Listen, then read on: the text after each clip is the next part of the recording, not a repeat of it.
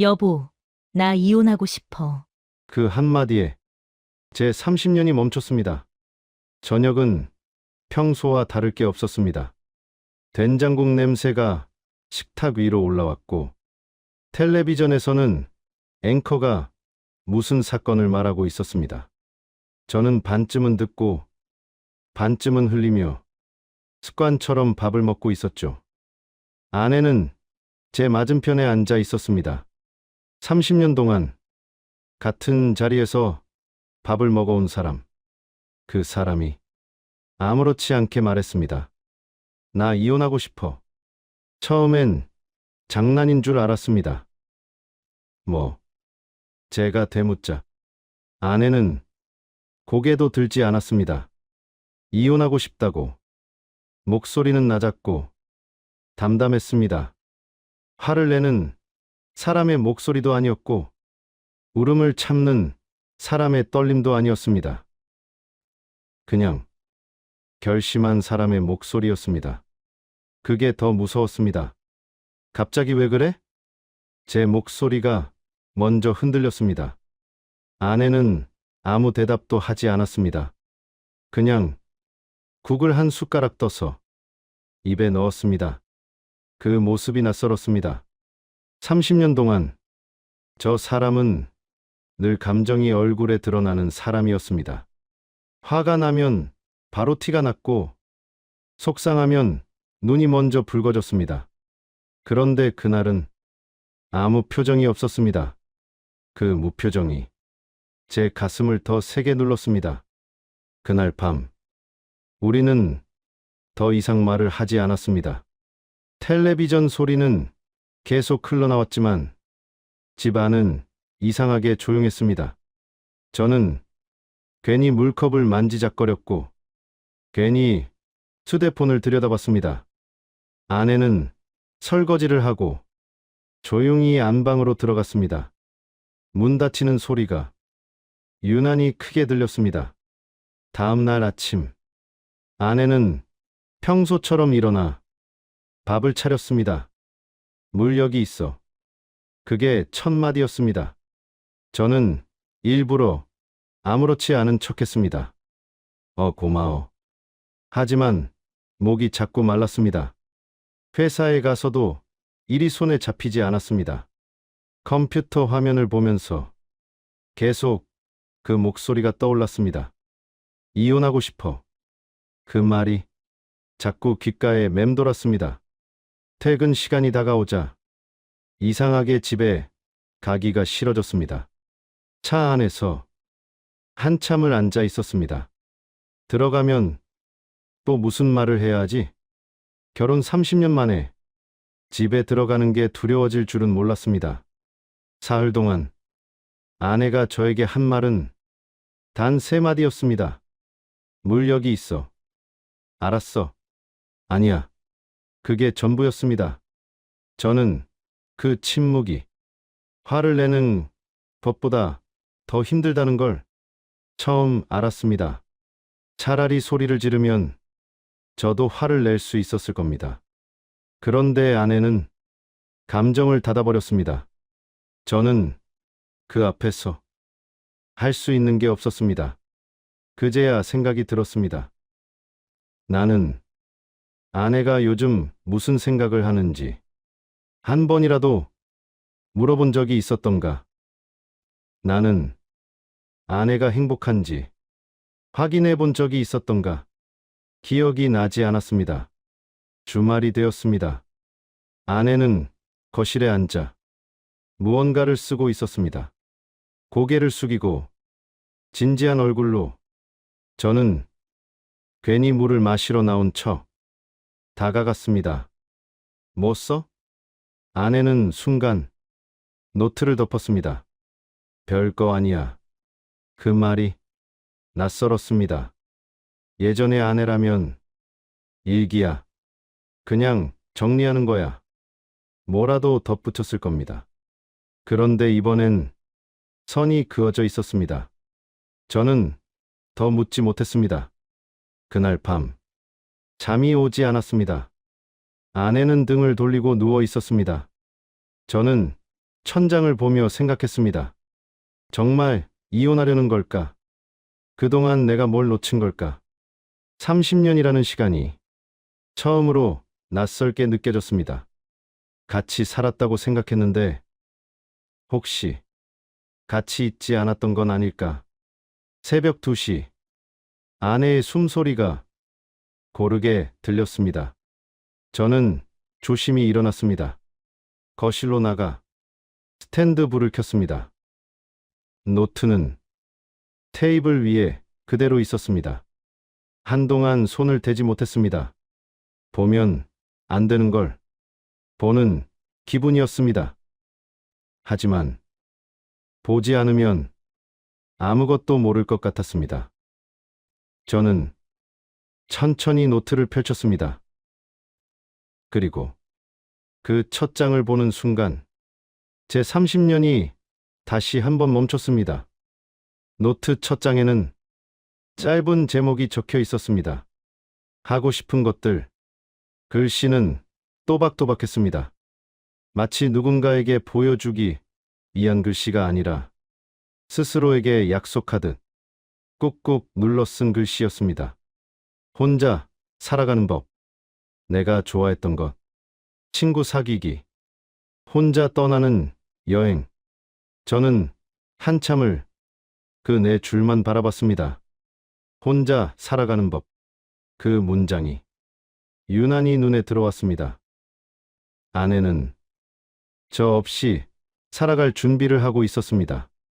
저는 갑자기 숨이 막히는 것 같았습니다. 의자에 앉아 있는데도 바닥이 꺼지는 기분이었습니다. 내가 좋아했던 것.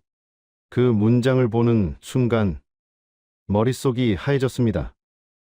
나는 아내가 좋아했던 게 뭔지 알고 있었던가. 결혼 초엔 영화를 좋아했었습니다. 비 오는 날이면 극장에 가자고 먼저 말하던 사람이 아내였습니다. 한 번은 밤 11시 심야 영화를 보고 집에 걸어오며 웃다가 배가 아팠던 적도 있습니다. 그런데 언제부터인가 영화관에 간 기억이 사라졌습니다. 아이들이 태어나고 주말은 늘 마트나 학원 설명회였고 어머니 병원 진료 일정이 더 중요해졌습니다. 아내는 아무 말도 하지 않았습니다. 저도 묻지 않았습니다. 친구 사귀기. 저는 그 문장에서 고개를 들었습니다. 아내에게 친구가 있었던가. 명절에 가끔 통화하던 고등학교 동창 한 명이 전부였던 것 같습니다. 저는 회사 동료들과 회식도 하고 골프도 치고 퇴근 후 술도 한잔 했습니다. 그 시간 동안 아내는 무엇을 했을까요? 아마 아이들 숙제를 봐주고 어머니 약을 챙기고 설거지를 하고 있었겠죠. 저는 그걸 당연하다고 생각했습니다. 누군가는 해야 하는 일이니까. 그런데 왜 그 누군가가 항상 아내였는지는 생각해 본 적이 없었습니다. 노트를 넘겼습니다. 다음 장에는 짧은 문장이 적혀 있었습니다. 나는 언제부터 없어졌을까? 그 문장을 읽는 순간 심장이 덜컥 내려앉았습니다. 아내는 스스로가 사라졌다고 느끼고 있었습니다. 저는 그제야 기억이 떠올랐습니다. 첫째가 초등학교에 들어가던 날, 아내는 교문 앞에서 한참을 서 있었습니다. 아이보다 아내가 더 울 것 같은 얼굴이었습니다. 당신 왜 그래?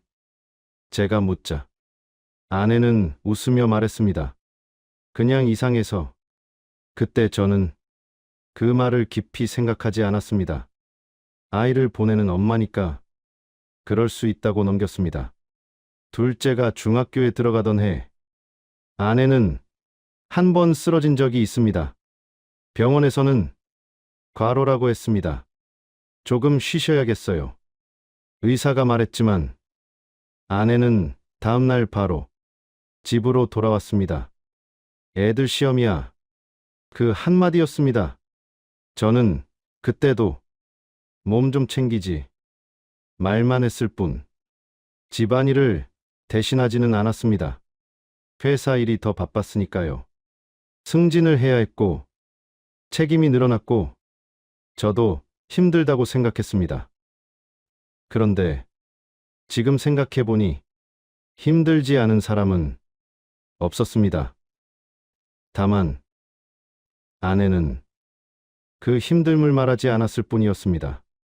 어머니가 돌아가신 뒤에도 아내는 한동안 멍해 있었습니다.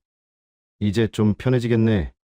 제가 무심코 한 말에 아내는 아무 대답을 하지 않았습니다. 그 침묵의 의미를 저는 몰랐습니다. 아내에게 어머니는 모셔야 할 뿐이었지만 동시에 10년 넘게 매일을 함께한 사람이었습니다. 아내의 시간은 거기에 묶여 있었던 겁니다. 그런데 저는 그 시간을 짐으로만 생각했습니다. 노트를 다시 보았습니다. 혼자 떠나는 여행. 아내는 한 번도 혼자 여행을 간 적이 없습니다. 신혼여행 이후로 단 한 번도 아이들 수학여행 준비를 하면서 본인은 어디로도 떠나지 않았습니다. 저는 문득 생각이 들었습니다. 혹시 아내는 이혼이 하고 싶은 게 아니라 자기를 찾고 싶은 건 아닐까? 저는 노트를 덮지 못했습니다. 한 장 한 장 넘길 때마다 제가 모르는 아내가 나올 것 같았습니다. 그리고 그때 마지막 문장이 눈에 들어왔습니다. 이제라도 늦지 않았으면 좋겠다. 그 문장을 읽는 순간 눈이 뜨거워졌습니다. 아내는 이미 오래전부터 사라지고 있었던 겁니다. 그리고 저는 그걸 보지 못했습니다. 아니, 보려고 하지 않았습니다. 새벽 공기가 유난히 차갑게 느껴졌습니다. 창밖은 어두웠고 집 안은 고요했습니다. 저는 그 자리에서 한참을 움직이지 못했습니다. 30년 동안 저는 무엇을 보고 살았을까요? 가족을 위해 산다고 생각했지만 정작 가장 가까운 사람을 한 번도 제대로 보지 않았습니다. 아내는 제 옆에 있었지만 혼자였던 겁니다. 그 사실이 늦은 밤에야 저를 붙잡았습니다. 아침이 오면 저는 무슨 말을 해야 할까요? 미안하다는 말로 30년이 지워질까요? 아니면 이미 너무 늦은 걸까요? 해가 뜨기 전 저는 처음으로 아내가 두려웠습니다. 이 사람이 정말 떠날까봐. 그리고 그 자리에 아무것도 남지 않을까봐. 아침이 왔습니다. 평소와 똑같이 부엌에서 밥 짓는 소리가 들렸습니다. 냄비 뚜껑이 부딪히는 소리, 도마 위에서 칼이 오가는 소리, 모든 것이 어제와 같았습니다. 그런데 저는 어제와 전혀 다른 사람이 되어 있었습니다.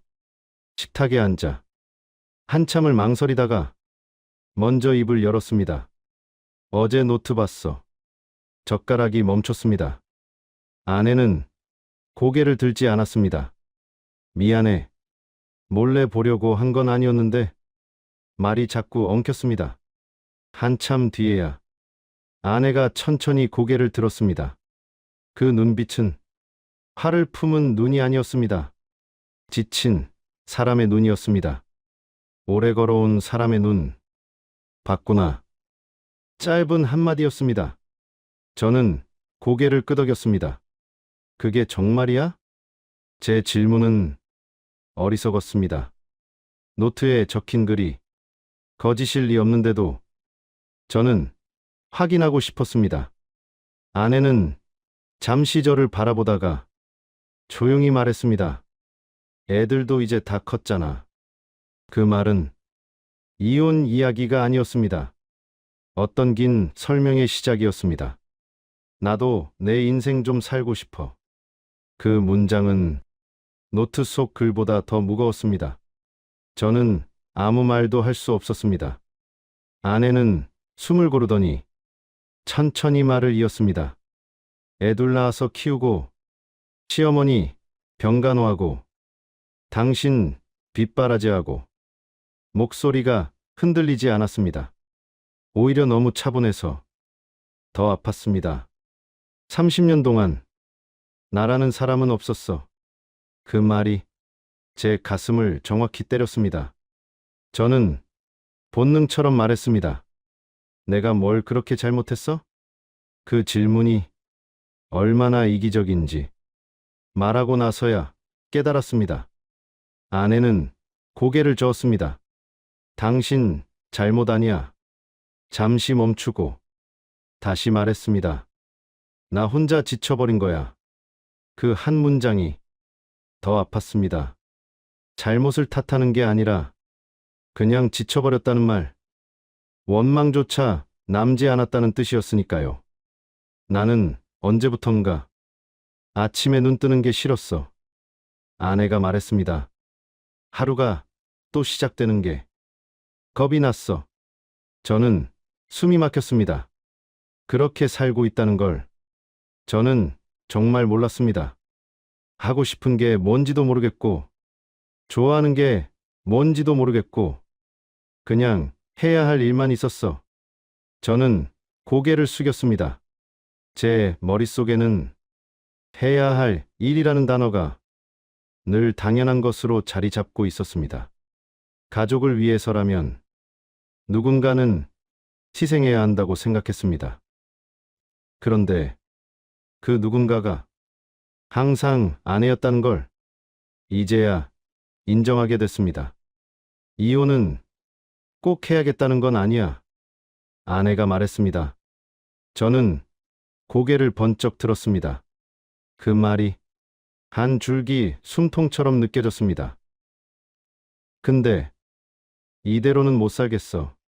그 말이 다시 저를 내려앉혔습니다. 이대로는 못 산다는 말. 그 이대로 속에는 저도 포함되어 있었습니다. 저는 한참을 생각하다가 조심스럽게 말했습니다. 그럼 우리 어떻게 할까? 그 질문은 변명이 아니었습니다. 처음으로 답을 구하는 질문이었습니다. 아내는 그 말을 듣고 처음으로 눈을 감았습니다. 그리고 눈물이 흘렀습니다. 소리 없이 30년 동안 아내가 우는 모습을 여러 번 봤습니다. 아이 때문에, 어머니 때문에, 힘들어서. 그런데 이 눈물은 달랐습니다. 이건 자기 자신을 위해 흘리는 눈물이었습니다. 우리 대화 좀 하자. 아내가 말했습니다. 진짜 대화. 그 말이 이혼보다 더 무겁게 들렸습니다. 그동안 우리는 대화를 안 했던 걸까요? 아이 이야기, 돈 이야기, 병원 이야기, 회사 이야기. 말은 많이 했습니다. 그런데 서로에 대해서는 한 번도 깊이 묻지 않았습니다. 저는 천천히 아내의 손을 잡았습니다. 그 손은 예전보다 거칠었고 마디가 굵어져 있었습니다. 그 손이 얼마나 많은 시간을 버텨왔는지 이제야 느껴졌습니다. 미안해. 그 말이 너무 늦은 것 같았습니다. 아내는 고개를 저었습니다. 사과받으려고 말한 거 아니야. 그 말이 더 아팠습니다. 저는 처음으로 두려워졌습니다. 이 사람이 정말 떠날 수도 있겠구나. 그리고 그건 제가 막을 수 없는 일일지도 모른다는 생각이 처음으로 들었습니다. 그날 이후 집 안의 공기는 조금 달라졌습니다. 여전히 조심스러웠지만 완전히 닫힌 공기는 아니었습니다. 저는 퇴근 후 바로 집으로 왔습니다. 괜히 시간을 끌지 않았습니다. 그리고 조심스럽게 물었습니다. 오늘 뭐 하고 싶어? 아내는 잠시 저를 보더니 낯선 표정을 지었습니다. 마치 처음 듣는 질문이라는 듯이. 글쎄, 그 한마디 속에 30년의 공백이 담겨 있는 것 같았습니다. 저는 깨달았습니다. 아내는 이혼을 말한 게 아니라 존재를 말한 거였습니다. 나를 좀 봐 달라는 말. 그걸 저는 이제야 듣고 있었습니다. 오늘 뭐 하고 싶어? 제가 그렇게 묻자 아내는 한참 동안 저를 바라봤습니다. 마치 외국어를 들은 사람처럼. 글쎄, 짧은 대답이었지만 그 안에는 낯설미 들어 있었습니다. 30년 동안 아내는 늘 해야 할 일을 먼저 말했습니다. 애 학원 가야 해. 어머니 병원 모셔가야 해. 당신 셔츠 다림질 해놨어. 그런데 뭐 하고 싶어? 라는 질문은 처음이었던 겁니다. 저는 그날 괜히 서툴렀습니다. 산책이라도 할래? 아내는 잠시 망설이다가 고개를 끄덕였습니다. 우리는 동네를 걸었습니다. 30년 동안 같은 동네를 살았는데도 그날 길은 이상하게 낯설었습니다. 말이 많지 않았습니다. 그래도 예전의 침묵과는 달랐습니다. 예전의 침묵은 닫혀 있었고 그날의 침묵은 조심스러웠습니다. 며칠 뒤 저는 또 물었습니다. 요즘 생각나는 거 없어? 해보고 싶은 거. 아내는 한참을 생각하더니 작게 말했습니다. 그림 전시회. 저는 순간 멈칫했습니다. 전시회? 응. 예전엔 가끔 갔었어. 예전이라니. 저는 예전에 포함되어 있지 않았습니다. 그 사실이 조금 서늘하게 느껴졌습니다. 주말에 우리는 전시회에 갔습니다. 아내가 먼저 앞장섰습니다. 표를 사고 안내 지도를 보고 천천히 걸었습니다. 저는 그 뒤를 따랐습니다. 아내는 그림 앞에서 오래 멈춰 섰습니다. 고개를 살짝 기울이고 눈을 가늘게 뜨고 천천히 숨을 쉬었습니다. 그 표정은 집에서 보던 표정이 아니었습니다. 그건 어딘가 살아있는 표정이었습니다. 이 색감 좋아. 아내가 말했습니다. 그 말 속에는 오랜만에 만난 자신에 대한 반가움이 담겨 있었습니다. 저는 그걸 처음 보았습니다. 나 원래 그림 그리는 거 좋아했어. 카페에 앉았을 때 아내가 말했습니다. 결혼하기 전에는 수채화도 배우고 그랬어. 저는 컵을 들고 있다가 멈췄습니다. 정말? 응. 근데 애 낳고 나서는 시간이 없더라. 그 말은 원망이 아니었습니다. 그냥 사라진 시간에 대한 담담한 인정이었습니다. 저는 고개를 숙였습니다. 30년을 같이 살면서 저는 아내가 그림을 좋아한다는 것도 몰랐습니다. 모른다는 게 이렇게 부끄러운 일인지 처음 알았습니다. 집으로 돌아오는 길에 저는 조심스럽게 말했습니다. 다시 해볼래? 아내가 저를 봤습니다. 뭘? 그림. 잠시 침묵이 흐른 뒤 아내가 웃었습니다. 아주 작게. 지금 와서? 왜? 지금이니까. 그 말이 저도 모르게 나왔습니다. 아내는 창밖을 보며 말했습니다. 생각해 볼게. 그 말은 거절이 아니었습니다. 그날 밤, 저는 혼자 거실에 앉아 있었습니다. 생각해 보니 저는 늘 미래를, 가족, 단위로만 생각했습니다. 아이 대학 보내고, 집 대출 갚고, 노후 준비하고, 그 안에는 아내 개인의 삶은 들어있지 않았습니다. 저는 가족을 책임진다고 생각했지만 사실은 아내를 역할 속에 가둔 건 아니었을까 처음으로 생각했습니다. 며칠 뒤 퇴근하고 집에 왔을 때 식탁 위에 작은 상자가 놓여 있었습니다. 물감 세트였습니다. 아내가 인터넷으로 주문한 겁니다. 이거 제가 묻자 아내는 조금 쑥스러운 표정으로 말했습니다. 그냥 해보려고. 그 표정은 낯설고도 익숙했습니다. 예전에 영화 보러 가자고 조르던 그 표정과 비슷했습니다. 저는 그날 괜히 기뻤습니다. 이혼 이야기는 그날 나오지 않았습니다. 대신 작은 물감 상자가 우리 사이에 놓여 있었습니다. 그날 밤 아내는 식탁에 신문지를 깔고 조심스럽게 붓을 들었습니다. 저는 맞은편에 앉아 괜히 휴대폰을 보다가 말했습니다. 어떤 그림 그릴 거야? 아내는 잠시 생각하다가 말했습니다. 잘 모르겠어. 그냥 색부터 써보려고. 그 말이 묘하게 마음에 남았습니다. 색부터. 우리도 다시 색을 칠하는 중인 걸까? 붓이 종이를 스치는 소리가 조용히 울렸습니다. 그 소리를 들으며 저는 생각했습니다. 아내가 떠날 수도 있습니다. 아직 모든 게 해결된 건 아닙니다. 하지만 지금 이 순간만큼은 아내가 제 옆에 있습니다. 그리고 저는 처음으로 그 사실을 소중하게 느끼고 있었습니다.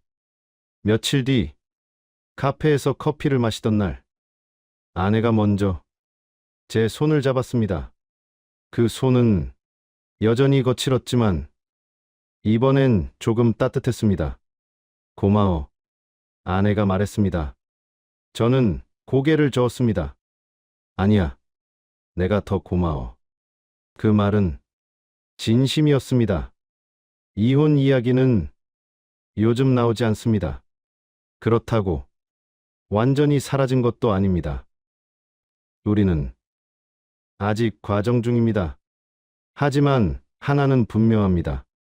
저는 지금 아내를 다시 알아가고 있습니다.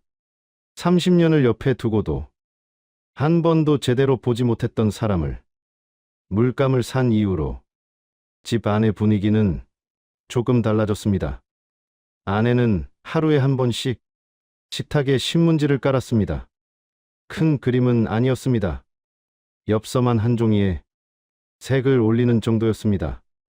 하지만 그 시간이 아내에게는 분명한 자기 시간이었습니다. 저는 그걸 방해하지 않으려고 괜히 거실 불도 밝게 켜지 않았습니다. 어느 날 밤이었습니다. 아이들이 모두 독립하고 집 안이 유난히 조용한 날, 아내가 먼저 말을 꺼냈습니다. 당신은 나 없어도 괜찮을 것 같았어. 그 말이 가슴을 세게 쳤습니다. 왜 그렇게 생각해? 제가 묻자. 아내는 한참을 생각하다가 말했습니다. 늘 회사가 더 중요해 보였거든. 저는 반사적으로 말하려다 멈췄습니다. 그건 가족을 위해서였어. 라는 말을 삼켰습니다. 그 말이 변명처럼 들릴 걸 알았기 때문입니다. 아내는 말을 이었습니다. 당신이 나를 싫어한다는 게 아니야. 그냥 내가 없어도 당신 인생은 잘 돌아갈 것 같았어. 그 문장이 오랫동안 제 안에서 맴돌았습니다. 나는 아내에게 그런 사람이었구나. 있어도 되고 없어도 되는 사람. 나는 제가 어렵게 말을 꺼냈습니다. 나는 당신이 항상 거기 있을 줄 알았어. 아내가 조용히 웃었습니다. 그러니까 그 웃음은 비난이 아니라 체념이 섞인 웃음이었습니다. 나는 항상 거기 있었지. 그 말이 왜 그렇게 슬프게 들렸는지 모르겠습니다. 저는 한참을 망설이다가 처음으로 솔직하게 말했습니다. 무서웠어. 아내가 저를 바라봤습니다. 뭐가? 당신이 정말 떠날까봐 목이 메었습니다. 나는 당신 없으면 안 될 것 같더라. 아내의 표정이 조금 달라졌습니다. 그건 처음 듣는 말이라는 표정이었습니다. 생각해보니 저는 30년 동안 그 말을 한 적이 없었습니다. 사랑한다는 말도 제대로 하지 않았습니다. 그저 당연하다는 듯 옆에 있을 거라 믿었습니다. 아내는 천천히 말했습니다. 나는 떠나고 싶은 게 아니라 사라지고 싶지 않았어. 그 문장이 가장 아팠습니다. 이혼이 목적이 아니라 존재를 확인받고 싶었던 겁니다. 누군가 나한테 넌 뭐가 좋으냐고 물어봤으면 좋겠더라. 저는 고개를 숙였습니다. 그 질문을 한 번도 하지 않았으니까요. 당신은 요즘 뭐가 좋아? 제가 조심스럽게 물었습니다. 아내는 잠시 생각하다가 말했습니다.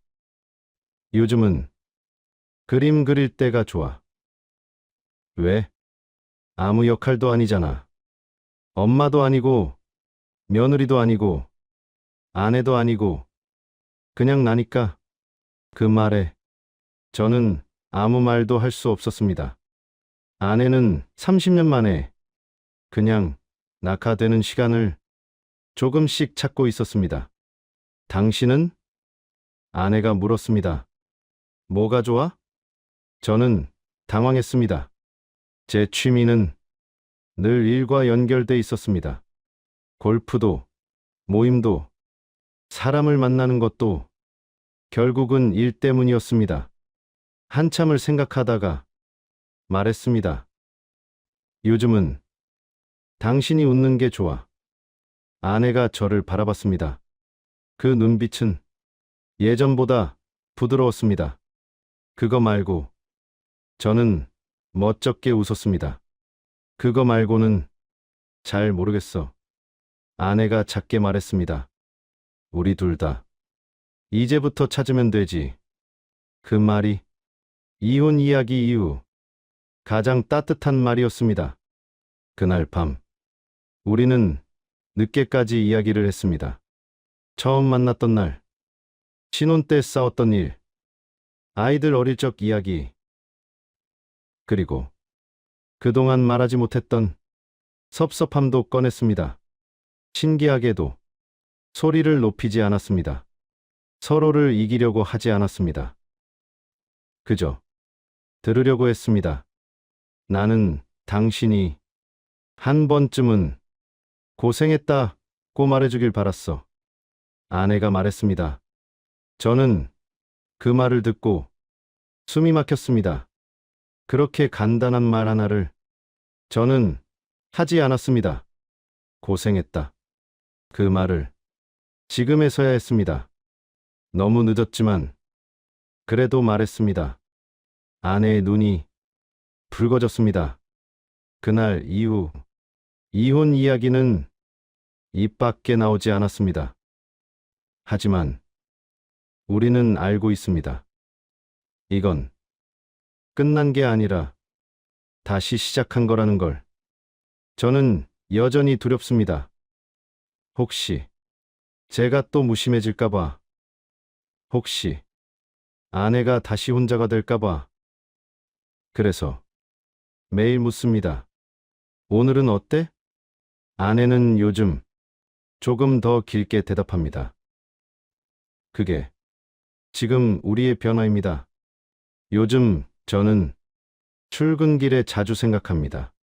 30년이라는 시간이 대체 무엇이었을까? 우리는 분명 같은 집에서 살았습니다. 같은 밥을 먹고 같은 아이들을 키웠습니다. 그런데 왜 저는 아내를 이렇게 늦게 이해하게 된 걸까요? 아마도 저는 함께 사는 것과 함께 느끼는 것을 같은 의미로 착각했던 것 같습니다. 같은 공간에 있으면 같이 있는 거라고 믿었습니다. 그런데 같이 있다는 건 마음을 나누는 일이었습니다. 그걸 저는 배우지 못했습니다. 어느 날 저녁, 아내가 그림을 그리고 있을 때였습니다. 저는 조용히 맞은편에 앉아 그 모습을 바라봤습니다. 붓을 잡은 손이 조금은 서툴렀지만 눈빛은 단단했습니다. 그 표정을 보면서 문득 이런 생각이 들었습니다. 나는 이 사람의 얼굴을 얼마나 알고 있었을까?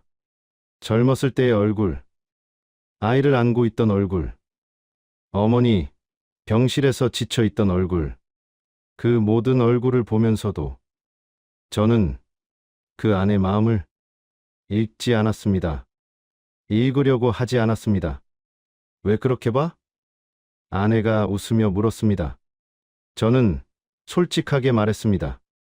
당신이 이렇게 집중하는 얼굴, 처음 보는 것 같아서. 아내는 붓을 내려놓고 잠시 생각하더니 말했습니다. 나도 요즘 내가 좀 낯설어. 왜? 이렇게 나한테 집중해 본 게 너무 오랜만이라서. 그 말이 이상하게 마음을 울렸습니다. 우리는 서로에게 익숙하다고 생각했지만 사실은 서로를 낯설게 만든 시간이 더 길었는지도 모릅니다. 며칠 뒤 저는 아내에게 물었습니다. 혼자 여행 가보고 싶다며. 아내가 고개를 들었습니다. 응, 한 번쯤은 다녀와. 아내는 놀란 얼굴로 저를 봤습니다. 혼자? 응, 당신 혼자.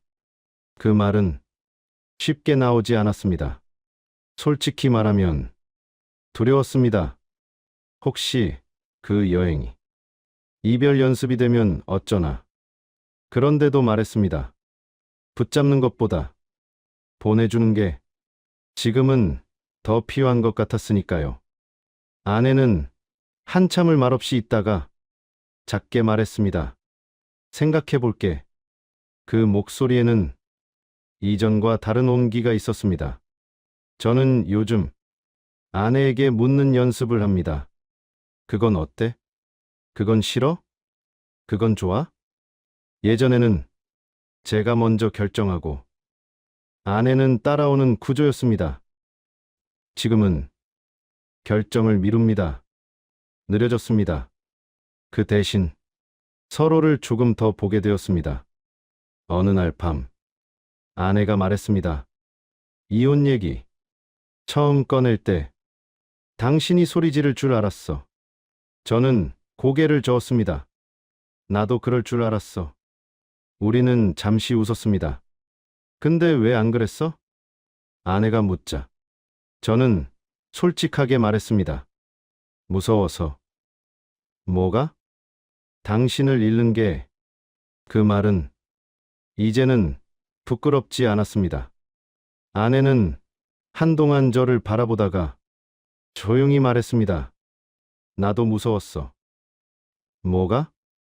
말 꺼냈는데 당신이 아무렇지 않게 그래라고 할까봐. 그 말을 듣는 순간 심장이 쿵 내려앉았습니다. 아내는 끝을 바라보고 말한 게 아니라 확인을 바라보고 말했던 겁니다. 나는 붙잡을 가치가 있는 사람인가? 나는 아직 당신에게 필요한 사람인가? 그걸 묻고 싶었던 겁니다. 저는 그날 처음으로 아내를 꼭 안았습니다. 말없이 30년 만에 처음 느껴보는 거리였습니다. 가깝지만 그동안 멀었던 거리. 아내의 어깨는 예전보다 작아진 것 같았습니다.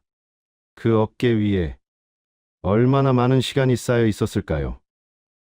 이유는 아직 완전히 사라지지 않았습니다. 우리는 여전히 서툴고 가끔은 다시 무심해집니다. 하지만 하나는 분명합니다. 이제 저는 아내를 당연하게 생각하지 않습니다. 매일이 빌린 시간처럼 느껴집니다. 30년을 함께 살았지만 이제야 진짜로 옆에 서는 법을 배우고 있습니다. 아내는 제 인생의 배경이 아니었습니다. 주인공이었습니다. 그걸 이제야 알았습니다. 혹시 지금 제 이야기를 듣는 누군가가 있다면 한 번만 묻고 싶습니다. 당신 옆에 있는 사람에게 마지막으로 요즘 뭐가 좋아? 라고 물어본 게 언젠가요? 혹시 너무 늦기 전에 한 번쯤은 물어봐야 하지 않을까요? 저는 아직 늦지 않았다고 믿고 싶습니다. 그리고 오늘도 묻습니다. 당신은 요즘 뭐가 좋아? 당신, 지금 뭐 하는 거야? 왜 누나가 만든 음식을 전부 쓰레기통에 버리는 거냐고? 늦은 오후 유리창을 통해 햇살이 흐르는 집안. 준호는 믿을 수 없는 광경 앞에서 눈을 크게 떴습니다. 아내 민서는 형제의 아내 수진이 정성스럽게 챙겨준 음식들을 하나씩 싱크대에 쓰레기통으로 쏟아 붓고 있었기 때문입니다. 사골국, 전복죽, 그리고 삼계탕까지 민서는 이유를 말하지 않고 눈물을 삼켰습니다. 왜 이걸 다 버리는 거야? 수진이 누나가 이렇게 정성 들였는데. 준호는 묻고 싶었지만 말이 나오지 않았습니다. 민서는 간단히 입맛이 없다는 이유만 반복할 뿐 속마음은 끝내 밝히지 않았습니다. 준호는 며칠 후 몰래 카메라를 설치하기로 결심했습니다. 주말 오후 현관 초인종이 울리자 민서는 놀란 듯 문을 열었습니다. 수지는 커다란 보냉백을 들고 서 있었습니다. 안에는 정성스럽게 포장된 국과 죽, 약밥이 가득했습니다. 준호 씨, 민서 씨 잘 지내요? 걱정돼서 챙겼어요. 따뜻한 미소와 다정한 목소리였지만 민서의 손은 미세하게 떨리고 있었습니다. 정말 고마워요. 하지만 더 이상. 민서는 긴장된 목소리로 말했지만 그 눈빛은 불안으로 가득했습니다. 수지는 냉장고에 음식을 정리하며 앞으로 자주 챙길게. 나를 친언니처럼 생각해라며 손을 꼭 잡았습니다. 민서는 고개를 끄덕였지만 시선은 바닥을 향했습니다. 수진과 그녀의 남편 준태가 떠난 후 민서는 식탁 위 약밥을 한참 바라보며 마음속으로 고뇌했습니다. 샤워를 하러 간 준호가 욕실에 들어간 사이 민서는 다시 싱크대로 향했습니다. 사골국과 전복죽을 쓰레기통으로 쏟아붓고 남은 음식물은 베란다 구석 깊숙이 숨겼습니다. 준호가 나온 뒤 민서는 저녁을 간단히 준비하며 입덧 때문에 그렇다고만 설명했습니다. 하지만 다음 날 아침 수진이 보내준 음식이 또 도착했습니다. 이번에는 삼계탕과 호박죽. 민서는 다시 음식 일부를 쓰레기통으로 쏟고 일부는 지퍼백에 조심스럽게 담아 따로 보관했습니다. 그때 준호는 작은 의심의 씨앗이 마음속에서 자라나기 시작했습니다. 단순한 입덧 때문일까? 아니면 다른 이유가 있을까? 몇 번의 경험으로 준호는 이상함을 직감했습니다. 며칠 후 준호는 인터넷을 검색하고 소형 몰래 카메라를 구입했습니다. 아내의 안전과 진실을 확인하기 위한 마지막 선택이었습니다. 다음 날 민서가 산부인과 검진을 위해 외출한 사이 준호는 카메라를 조심스럽게 설치했습니다. 부엌 상부장 구석, 그릇 뒤편이 적당했습니다. 설치를 마친 준호는 심장이 두근거렸지만 이제 진실을 마주할 준비가 되었습니다. 수진이 다시 커다란 보냉백을 들고 찾아왔습니다. 이번에는 사골국과 팥죽까지. 민서의 얼굴은 어두웠고 긴장감이 느껴졌습니다. 수진은 밝게 웃으며 밤새 끓였으니까 잘 챙겨 먹어야 해. 준호 씨 말고 민서 씨만 먹어야 해라고 말했습니다. 민서는 어색하게 웃으며 고개를 끄덕였습니다. 준호는 민서가 수진의 음식을 조심스럽게 지퍼백에 담는 모습을 카메라를 통해 지켜보았습니다. 국물과 죽을 전자저울 위에서 측정하고 메모지에 기록하는 민서의 모습은 긴장과 절박함으로 가득했습니다. 준호는 카메라 화면을 주의 깊게 바라보며 민서의 행동을 기록했습니다. 수진이 집을 나간 후 민서는 지퍼백 속 음식을 베란다 선반 깊숙이 숨겼습니다. 마음속에서는 갈등과 죄책감이 뒤엉켜 있었습니다. 하지만 더 이상 참을 수 없다는 듯 그녀는 작은 메모를 적기 시작했습니다. 이건 나만의 선택이에요. 이해하지 못하더라도 괜찮아요. 준호는 화면 속 민서를 보며 가슴이 무거워졌습니다. 단순히 입덧 때문이 아니라는 확신이 점점 강해졌습니다. 그러나 민서의 진심을 확인하기 위해선 기다림밖에 없었습니다. 며칠 후 준호는 출근 후 사무실에서 몰래 카메라 영상을 확인했습니다. 민서는 베란다에 숨겨둔 음식들을 꺼내 하나씩 다듬었습니다. 그리고 작은 상자에 정성스럽게 포장하기 시작했습니다. 포장지가 모양새가 정갈하고 글씨는 또렷했습니다. 이건 누구에게 보내는 걸까? 준호는 혼잣말을 했습니다. 저녁이 되자 민서는 포장된 음식들을 들고 조용히 문을 열었습니다. 예상치 못한 방문객이 있었습니다. 바로 민서의 어린 시절 친구 하연이었습니다. 하연은 손을 흔들며 미소 지었고 민서는 잠시 놀란 듯 했지만 곧 안도했습니다. 민서야, 오랜만이야. 많이 힘들지? 하연의 목소리는 따뜻했지만 민서는 말을 아꼈습니다. 그저 포장된 음식 상자를 건네고 고개를 끄덕일 뿐이었습니다. 하연이 떠난 뒤 민서는 다시 베란다로 향했습니다. 숨겨둔 음식 중 일부를 챙기고 나머지는 쓰레기통으로 옮겼습니다. 준호는 카메라 화면 속 민서의 손놀림을 멍하니 바라보았습니다. 단순한 입덧이 아니었음이 분명했습니다. 며칠 후 민서는 우연히 하연과 전화 통화를 하던 중 눈물을 흘렸습니다. 하연아, 나 더 이상 못하겠어. 이렇게 계속 숨기고 거짓말만 해야 하는 게 너무 힘들어. 하연은 민서를 달래며 괜찮아. 우리가 도와줄게. 혼자가 아니야라고 말했습니다. 민서는 잠시 숨을 고르고 카메라 화면 속 준호의 시선을 떠올리며 결심했습니다. 그날 밤 준호는 몰래 카메라를 다시 확인했습니다. 민서는 작은 편지를 써서 포장한 음식과 함께 놓아두었습니다. 편지에는 단순히 감사와 걱정, 그리고 숨겨야만 했던 이유가 담겨 있었습니다.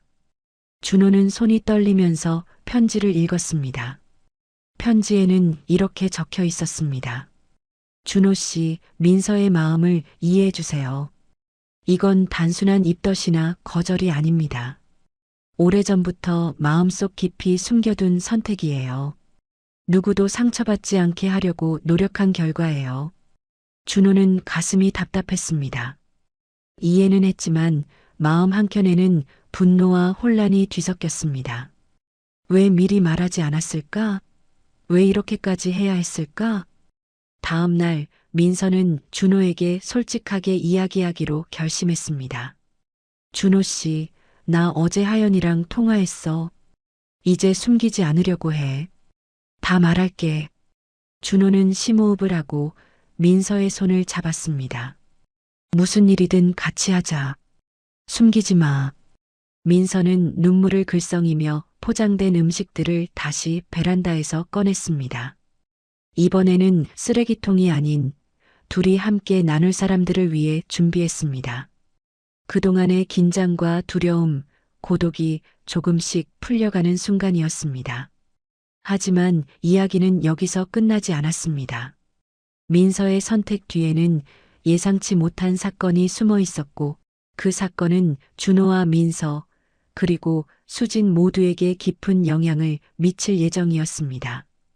그날 밤 준호와 민서는 거실에 앉아 조용히 이야기를 나누었습니다.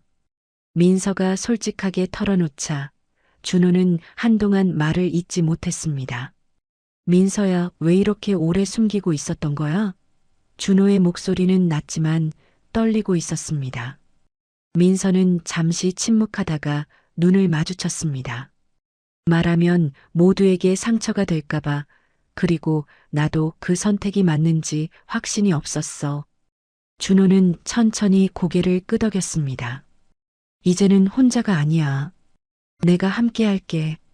그 말에 민서는 한숨을 내쉬며 안도의 눈물을 흘렸습니다. 하지만 그 순간 벨이 울렸습니다. 문을 열자 예상치 못한 사람이 서 있었습니다. 바로 민서의 사촌, 지은이었습니다. 지은은 표정이 어두웠고 손에는 봉투를 들고 있었습니다. 민서야, 이걸 봐야 할 것 같아서 왔어. 민서는 놀라며 봉투를 받아들었습니다. 봉투 안에는 몇 장의 사진과 서류가 들어 있었습니다. 사진 속에는 민서가 몰래 준비한 음식과 편지를 들고 있는 모습이 찍혀 있었고 서류에는 민서가 숨기고 있었던 선택의 배경이 담겨 있었습니다. 준호는 상황을 이해하려 애썼습니다. 민서는 조용히 설명을 시작했습니다. 이건 내가 오래전부터 계획한 일이에요. 누구도 상처받지 않게 나만 조용히 처리하려고 했어요. 그런데 이제는 숨길 수 없게 되었어요. 지은은 눈물을 글썽이며 말했습니다. 민서야, 우리가 도와줄게. 혼자서 감당할 필요 없어. 준호는 민서의 손을 꼭 잡고 지은과 함께 상황을 정리하기 시작했습니다. 민서는 포장된 음식들을 다시 꺼내 들고 이번에는 필요한 사람들에게 나누어 주기로 했습니다. 며칠 후 민서는 회사 동료들에게 조심스럽게 상황을 알렸습니다. 처음에는 놀라는 눈치였지만 민서의 진심 어린 설명과 눈물 덕분에 모두 이해했습니다. 민서 씨, 이제는 숨기지 않아도 돼요. 저희가 도와줄게요. 동료 중 한 명이 말했습니다. 그 과정에서 준호는 민서와 더 가까워졌습니다. 서로의 감정을 솔직하게 나누며 그동안 쌓인 오해와 긴장을 풀어갔습니다. 하지만 민서의 선택 뒤에는 예상치 못한 또 다른 복잡한 문제가 숨어 있었습니다. 민서가 숨기고 있던 이유와 관련된 과거 사건이 다시 수면 위로 떠오른 것입니다. 민서는 부모님의 오래된 서류를 다시 확인하며 과거의 선택이 현재의 문제와 어떻게 연결되어 있는지 파악하기 시작했습니다. 그리고 준호와 지은도 함께 그 문제를 해결하기 위해 노력했습니다. 어느 날 민서는 준호와 함께 집 앞 공원에 앉아 생각했습니다. 준호 씨, 이 모든 게 끝나면 나 다시 예전처럼 평범하게 살 수 있을까? 준호는 민서를 바라보며 말했습니다. 지금까지 잘 버텼어. 앞으로는 같이 해결해 나가면 돼. 혼자가 아니니까. 민서는 살짝 미소 지으며 고개를 끄덕였습니다. 그리고 그날 밤 몰래 카메라에 찍힌 자신의 모습을 다시 보며 이제는 숨길 필요가 없다는 안도감을 느꼈습니다. 하지만 그 순간 집 앞에서 익숙하지 않은 차 한 대가 멈추었습니다. 차 안에는 낯선 그림자가 서 있었고 민서와 준호 모두를 지켜보고 있는 듯 했습니다. 두 사람은 긴장하며 서로를 바라보았습니다. 민서의 과거와 관련된 사건이 이제 막 시작된 것일지도 모른다는 직감이 들었습니다. 준호는 민서의 손을 꼭 잡으며 속으로 다짐했습니다. 무슨 일이 있어도 반드시 지켜낼 거야. 민서도 눈빛을 굳히며 속으로 다짐했습니다. 이번에는 숨기지 않을 거야. 어떤 일이 있어도 정면으로 맞설 거야. 그날 밤 창밖의 그림자는 사라졌지만 두 사람의 마음속에는 새로운 긴장과 결심이 자리 잡았습니다. 앞으로의 날들은 평온하지 않을 수도 있지만 적어도 서로에게 솔직하고 함께할 수 있다는 사실이 위안이 되었습니다. 다음 날 아침 민서와 준호는 집 근처 카페에 앉아 조용히 계획을 세웠습니다. 준호 씨 어젯밤 본 그림자 분명 우연이 아니야. 누군가 우리를 계속 지켜보고 있어. 민서의 얼굴에는 긴장과 결심이 동시에 묻어 있었습니다. 준호는 커피를 한 모금 마시며 고개를 끄덕였습니다. 알겠어. 하지만 우리가 할 수 있어. 먼저 과거 사건을 정리해야 해. 누가 왜 민서를 지켜보고 있는지 파악하는 게 먼저야. 민서는 오래된 파일과 사진들을 꺼내 들었습니다. 사진에는 몇 년 전 민서가 연루되었던 회사 내부 사건과 관련된 인물들의 얼굴이 찍혀 있었습니다. 서류에는 그 사건이 외부로 알려지면 큰 파장을 일으킬 수 있는 내용이 적혀 있었습니다. 이 사람들 과거에 나를 곤란하게 만들었던 사람들이야. 그때 나는 선택의 여지가 없었어. 민서가 속삭이듯 말했습니다. 준호는 민서의 손을 꼭 잡았습니다. 이번에는 혼자가 아니야. 내가 도와줄게. 민서는 잠시 눈을 감고 깊게 숨을 들이쉬었습니다. 좋아, 그러면 먼저 이 기록을 안전한 곳으로 옮기고 증거를 확보해야 해. 두 사람은 민서의 부모님 집 지하실에 숨겨둔 옛 파일과 사진들을 챙겼습니다. 하지만 이동 중 길가에서 누군가 따라오는 그림자를 발견했습니다. 준호 씨 저 사람 민서가 소리내지 않고 손짓을 했습니다. 준호는 재빨리 민서를 뒤로 숨기고 낯선 사람과 시선을 피하며 골목길로 몸을 돌렸습니다. 순간 휴대폰이 진동하며 낯선 번호로 메시지가 도착했습니다. 모든 걸 내려놓으면 안전합니다. 그렇지 않으면 후회하게 될 겁니다. 민서는 몸을 떨며 메시지를 보여주었습니다. 준호는 굳은 표정으로 말했습니다. 위협이 명확해졌어. 하지만 물러서지 않을 거야. 지금까지 숨겨온 진실을 지킬 거야. 그날 오후 민서와 준호는 지은과 다시 만나 전략을 논의했습니다. 지은은 컴퓨터를 켜고 내부 자료를 분석하며 말했습니다. 민서야, 상대는 단순한 위협이 아니야. 과거 사건과 연관된 고위 인물이 직접 관여한 것 같아. 우리가 조심하지 않으면 기록뿐 아니라 너의 안전까지 위험해질 수 있어. 민서는 잠시 생각에 잠겼습니다. 그러면 우리 전략은 두 가지야. 하나는 증거를 확보하고 공개할 방법을 찾는 것, 다른 하나는 안전을 최대한 확보하는 것. 준호는 결심한 표정으로 말했습니다.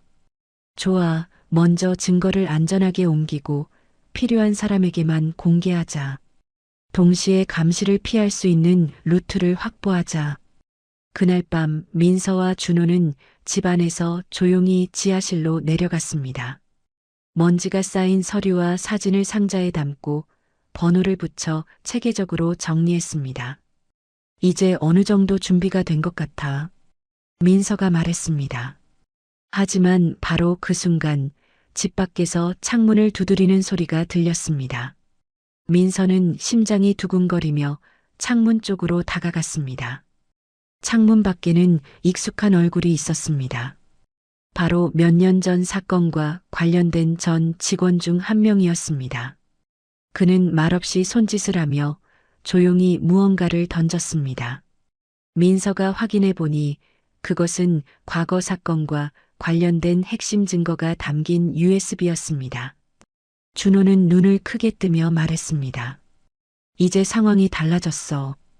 우리가 숨길 필요 없이 공개할 수 있는 증거가 생겼어. 민서는 USB를 손에 쥐며 결심했습니다. 이번에는 숨지 않고 끝까지 진실을 밝힐 거야. 누구든 방해하려 들면 맞서 싸울 거야. 그날 이후 민서와 준호, 지은은 밤낮으로 과거 사건의 자료를 검토하며 공개 시나리오와 안전 계획을 동시에 진행했습니다. 긴장과 불안 속에서도 서로를 믿고 의지하며 조금씩 상황을 통제해 나갔습니다. 하지만 그 과정을 지켜보는 누군가의 그림자는 여전히 사라지지 않았습니다. 민서와 준호는 점점 느끼기 시작했습니다. 과거 사건의 진실이 밝혀지는 순간 예상치 못한 폭풍이 몰아칠 것이라는 사실을. 다음 날 민서와 준호는 확보한 USB를 가지고 안전한 장소로 이동했습니다. 지은은 이미 미리 준비한 보안 노트북과 암호화 저장 장치를 꺼내 들고 말했습니다. 민서야, 이제 우리가 공개할 수 있는 단계야. 하지만 주의해야 해. 상대가 움직이면 우리는 즉시 대응해야 해. 민서는 깊게 숨을 들이쉬고 USB를 노트북에 연결했습니다. 화면에 나타난 데이터는 예상보다 훨씬 방대했습니다. 회사 내부의 문서, 이메일, 녹음 파일, 사진 등 과거 사건과 관련된 모든 증거가 정리되어 있었습니다. 준호가 다가와 말했습니다. 좋아. 이제 공개 방법을 정해야 해. 단순히 인터넷에 올리면 누군가 조작하거나 삭제할 수 있어. 안전한 채널을 통해 신뢰할 수 있는 매체에 제공해야 해. 민서는 고개를 끄덕였습니다. 그럼 내가 직접 믿을 수 있는 기자에게 연락할게. 단 공개 시점과 방식은 철저히 계획해야 해. 상대가 방해하면 큰 위험이 될 수 있어. 그 순간 창문 밖에서 익숙한 그림자가 움직였습니다. 민서와 준호는 즉시 불빛을 끄고 몸을 숨겼습니다. 그림자는 잠시 망설이다 사라졌지만 긴장은 쉽게 풀리지 않았습니다. 며칠 후 민서는 준비한 자료를 안전하게 전달하고 신뢰할 수 있는 언론과 접촉했습니다. 기자는 민서의 설명과 증거를 확인하며 말했다. 민서 씨, 이건 단순한 내부 사건이 아니라 조직적인 은폐와 위협이 있었던 명백한 사건입니다. 우리는 이 자료를 바탕으로 특집 보도를 준비하겠습니다. 준호는 민서의 손을 꼭 잡으며 속삭였습니다. 이제 시작이야. 진실이 밝혀지면 우리를 방해했던 사람들도 드러날 거야. 그리고 공개 당일 민서와 준호는 언론의 촬영과 취재를 받으며 자료를 설명했습니다. 화면 속에서 과거 사건의 증거와 은폐를 시도했던 인물들의 모습이 공개되었습니다. 사건이 공개되자 사회적 파장은 컸습니다. 관련 회사는 조사를 받기 시작했고 일부 인물은 책임을 피할 수 없었습니다. 민서와 준호는 예상치 못한 반응에 놀라면서도 그동안 쌓였던 긴장과 공포에서 한숨 돌릴 수 있었습니다. 하지만 그 과정에서 민서가 깨달은 것은 진실을 밝히는 일은 단순히 증거를 공개하는 것만이 아니라 자신과 주변 사람들의 안전을 동시에 지켜야 한다는 것이었습니다. 준호가 말했습니다. 민서야, 이제 끝났다고 생각할 수도 있지만 앞으로도 누군가는 진실을 숨기려 할 거야. 하지만 우리는 포기하지 않을 거야. 그게 우리 방식이야. 민서는 잠시 생각하다가 미소 지었습니다. 맞아. 이번에는 숨지 않고 맞섰어. 앞으로도 이렇게 살아갈 거야. 진실을 지키면서. 그날 밤 민서와 준호, 지은은 서로를 바라보며 조용히 웃었습니다. 과거의 그림자와 위협은 아직 완전히 사라지지 않았지만 이제 그들은 두려움 대신 결심과 용기를 가지고 있었기 때문입니다. 밖에서는 여전히 누군가의 그림자가 움직이고 있었지만 민서와 준호는 알았습니다. 그 어떤 그림자도 서로의 의지와 진실을 막을 수 없다는 것을.